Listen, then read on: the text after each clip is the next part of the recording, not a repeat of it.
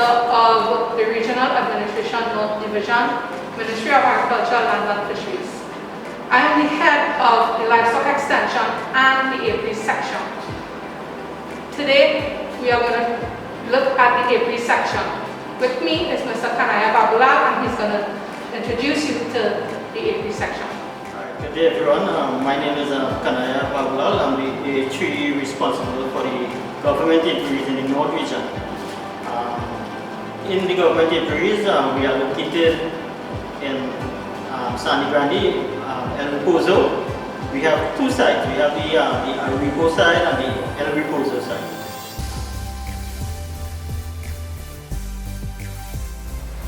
So this is the what we call a bee suit. It is the protective gear they need to go to attend to the bees.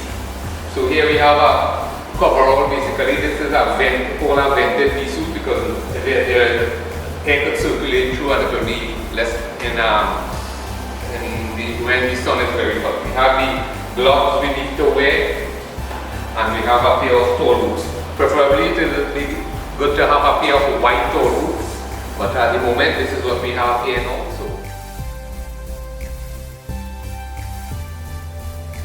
So there are other tools and equipment you will need when you go into the bees.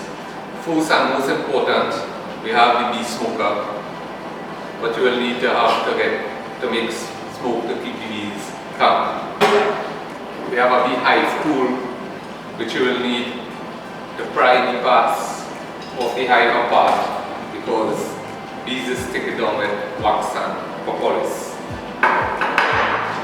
We have a wire embedded. This is to put on the wax on the foundation, on the frame, and then you will embed it on to the wire on the frame.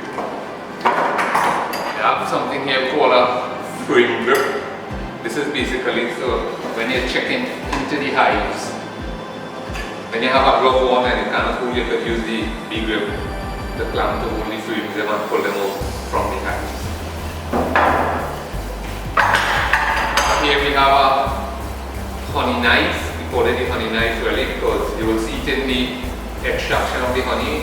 What it does cut the cap off of the honey frames so that you can get the extract the honey. Then we have the bee frame. This is the frame that we will use in the hive. It usually comes unassembled. So when you get your purchases, they come unassembled, so you can assemble them like this.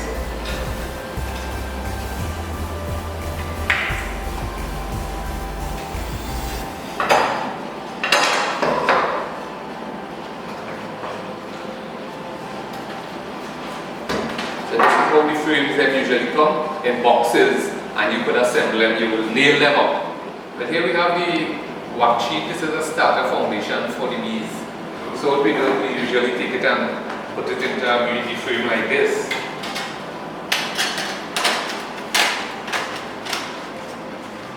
And you use this strip, just seal it in here, and then you put this down into the hand, right? So these are some of the parts of that you tools and the equipment you use in the hive. So here we have a full long strut colony.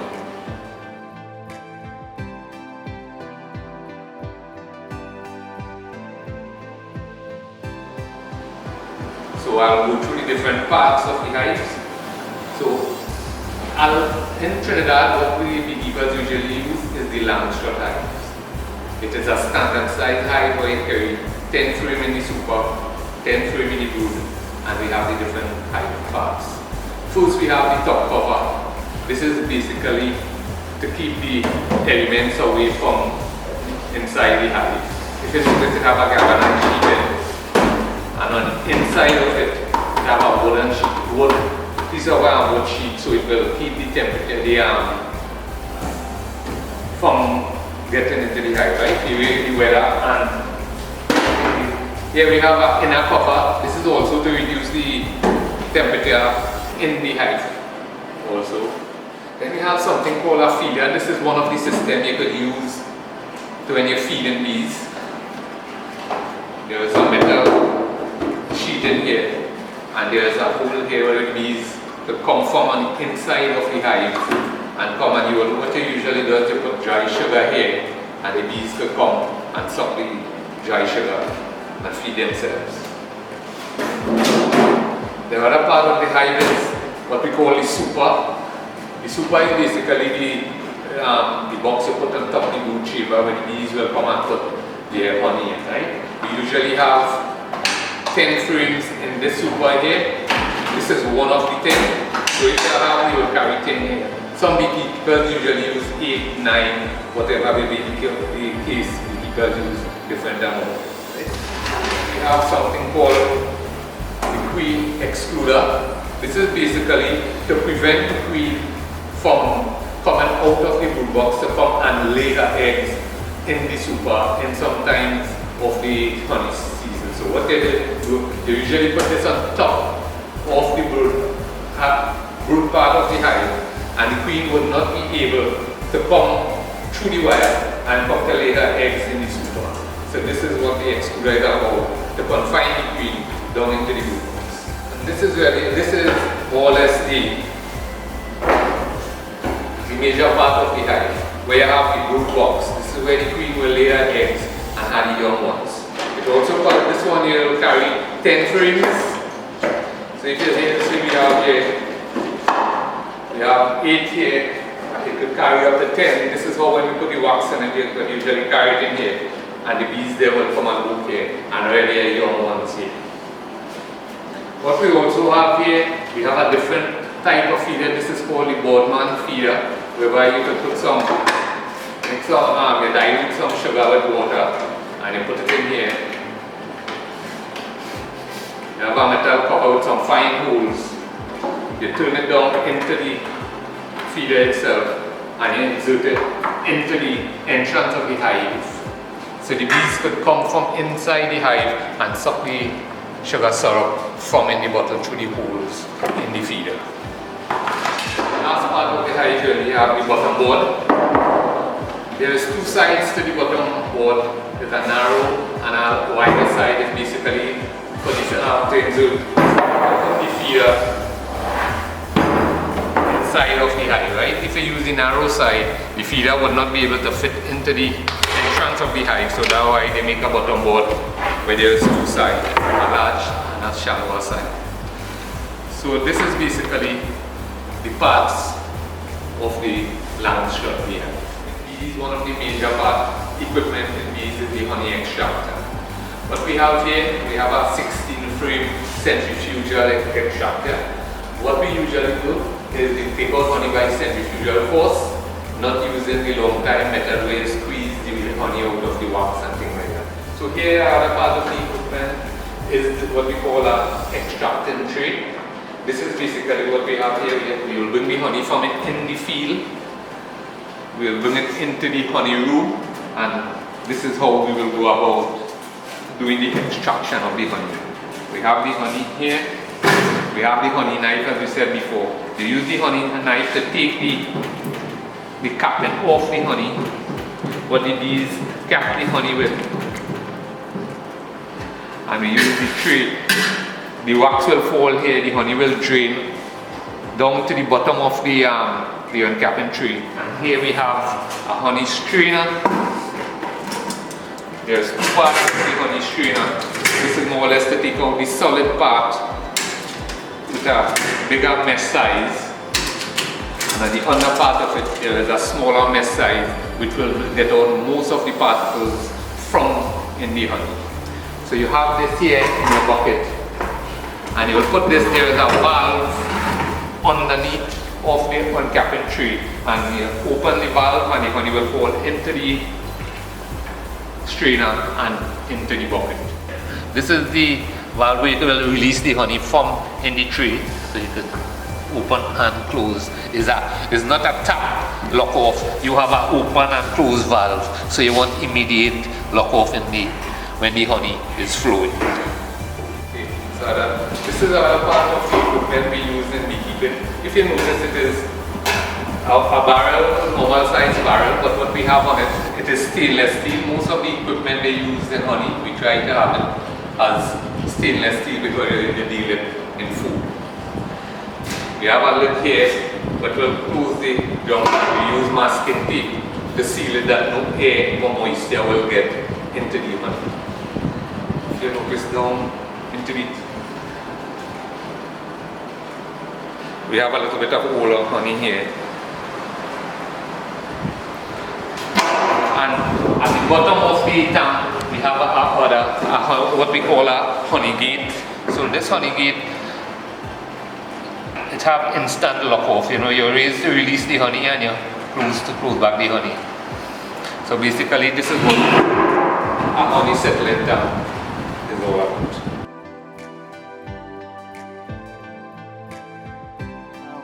We now lighten the smoker to enter the hives on it, right?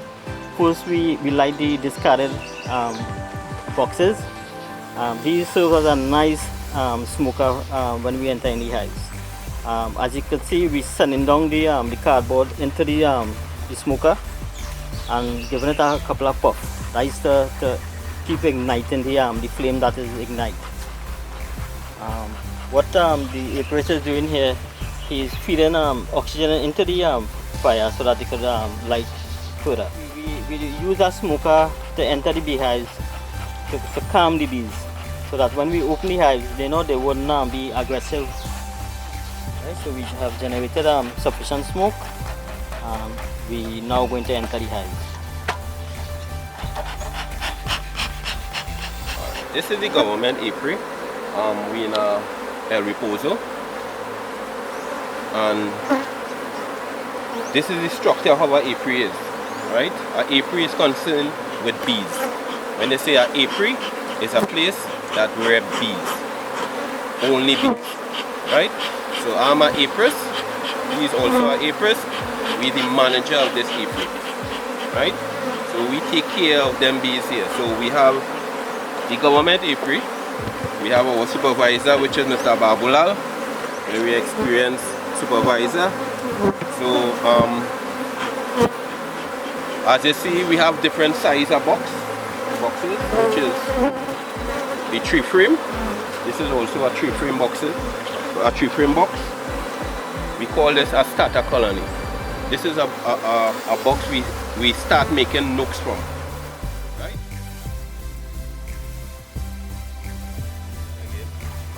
This is a hive tool. What we're going to start in this tree frame starter colony. We call it a tree frame starter colony because of this tree frame. This is a starter colony. What we're going to do is to see the queen, the workers, and the drone inside here.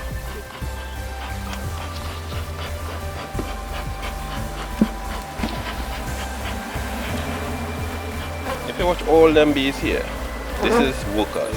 So we're trying to see if we could find the queen. Right now we wouldn't have no drone, hardly have drone, because what happened in the rainy season, they kick out all the drones. So hardly you might see any drone. You might see one or two drones in them bigger box.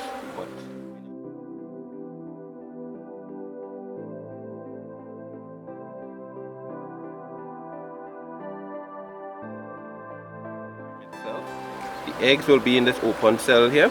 After 3 days, the eggs will hatch and it will become larva like the white thing here. After 9 days, it will seal like this. And after 21 days, it will hatch into workers. If you watch inside here, you call it pollen. If you see some grainy things inside the cells itself, pollen. Right. If you see, this is a queen. So she's much longer than the other bees on them. Try to put it up. Alright. This is a brood box. Why we say a brood box is bigger than the tree frame. Right? It is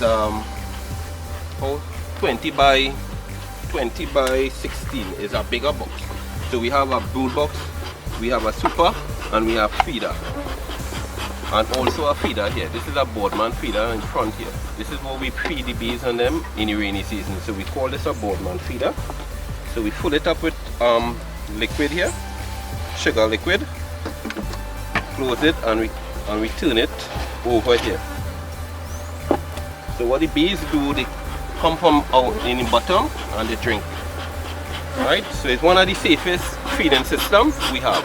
We call it a broadband feeder. So on top here, we have a top cover. Right? We have a top cover. And we have a super. A super is where all the honey store.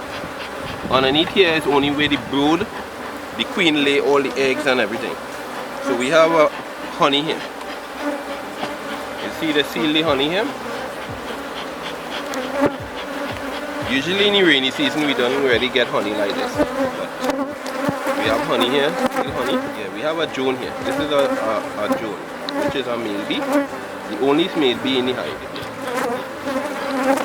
Alright, that's the only male bee. This book is ready to mate with the queen and die. Right, if you watch this, it's where you call seal honey. Right. So we have it sealed on the both sides. Watch on the next side. So this is where you call seal honey. Honey that ripe, ready to extract. If you see in there, we have two supers on this box. Right?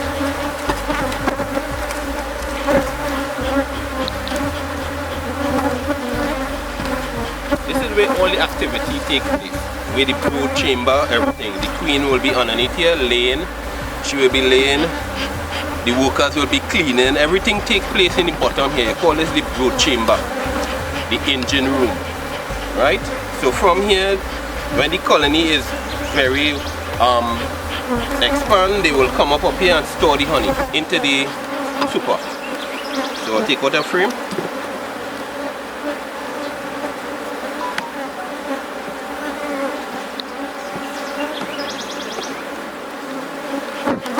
Seal brood. Alright? So from after this seal here, 9 days, they will have up to 21 days and it will hatch out into young bees, young worker bee. If you watch all inside here, see the pollen behind the foot of the bee here? This is what you call pollen. They store in the pollen inside here. If you watch all inside here, you will see some brown things down to the bottom. It is pollen, right? So they will have a strip of honey here on top also. Plenty pollen. Plenty pollen in this hive.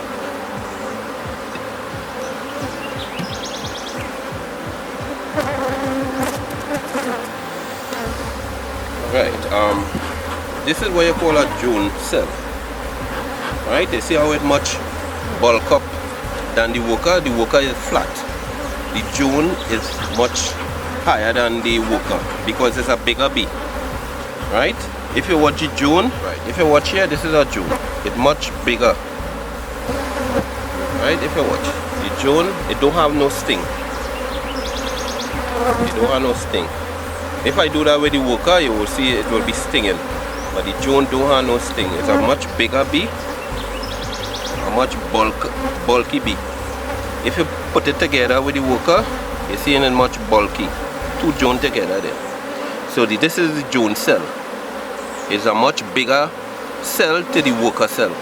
The worker cell is more flat to the surface, and this is more bulky off the surface. Right? So this is the difference between a worker cell and a drone cell. This is an old queen cell cup. Right? The queen cell cup will be projecting most of the time downwards. Most of the time they might be on the end here or on the side here. If you watch, all inside here is larva stage. See them white is larva stage. Look, we have a pollen, a bee with some pollen here. Watch the pollen sac drop out. Pollen. Pollen. So what did the bee do? Collect the pollen and store it into the cell, which is a food for them also. The honey and the pollen go together. But the pollen is more important than the honey. Without the pollen, the queen will not lay as much. She will not lay. She will lay, if she lays 25,000 eggs a day, she will lay about 1,000 eggs. if she don't have pollen. Alright, pollen is very important in any hive. So we have pollen here, we have food on top here, we have seal brood, we have unsealed, right? We have eggs. So this hive is a perfect hive, a good functioning hive, right? It's very strong. So we have everything going for this hive. In the height of the rainy season, and you have a hive like this, you call this a perfect hive.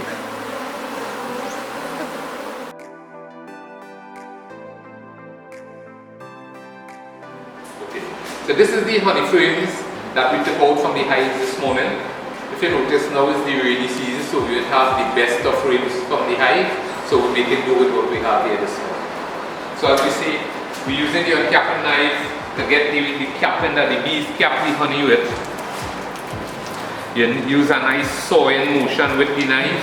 There are different knives you can use to uncap. There is an electrical one, but this is a manual basically, what some of the beekeepers use. From here, when you uncap take the capping off from the honey, you will be putting it into the honey extractor.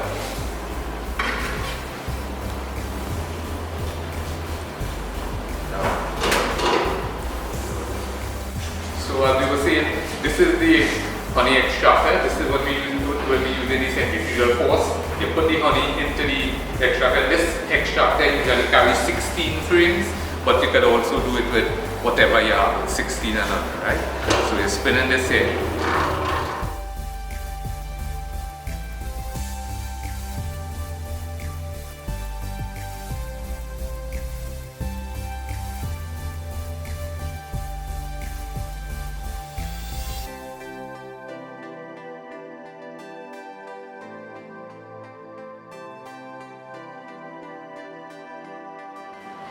Now, the centrifugal force will take the honey out of the cells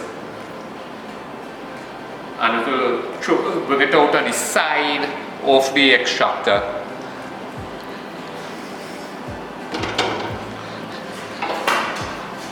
And it will drain down to the bottom of the extractor here, and here we have a honey gate again. This is where you can also strain the honey, and it will fall into the bucket. You collect your bucket and you throw it into the settling tanks.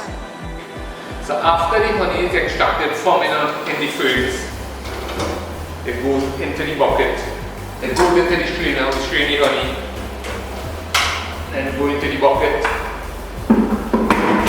take the honey, pour it into the settling tank.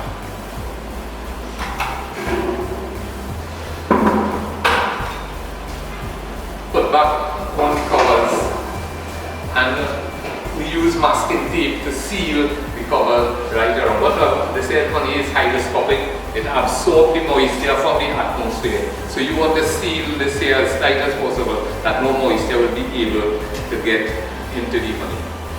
What we usually do, we advise is we settle honey for between 48 and 72 hours. So all the sediments from the honey will come to the top, and you will start to bottle your honey from the bottom of the settling tank. So we also have, this is the final product from the honey. This is a bottle of honey that was collected by a beekeeper. If you notice, the honey started to granulate. What the public does see is that this honey is mixed with sugar and things like that. It is not so. Honey is a sugar and it does crystallize. So what you could do to get this back into a total liquid form is you open the cover and put it down into a pot of boiling water, and you leave it for a little while, and the honey will get back into a total liquid form. This is also some honey we have here. The color changed because of the age of the honey, and we have a piece of wax also in here. This honey have about 6 to 8 years. So with age, with time, honey usually get more dark. also have a jar of honey here. This honey is about 10 years old and it didn't crystallize, it's still in a liquid form. But because of the coloring of the bottle and the conditions where the honey is stored under, where light is getting to the honey and things like that, the color usually changes.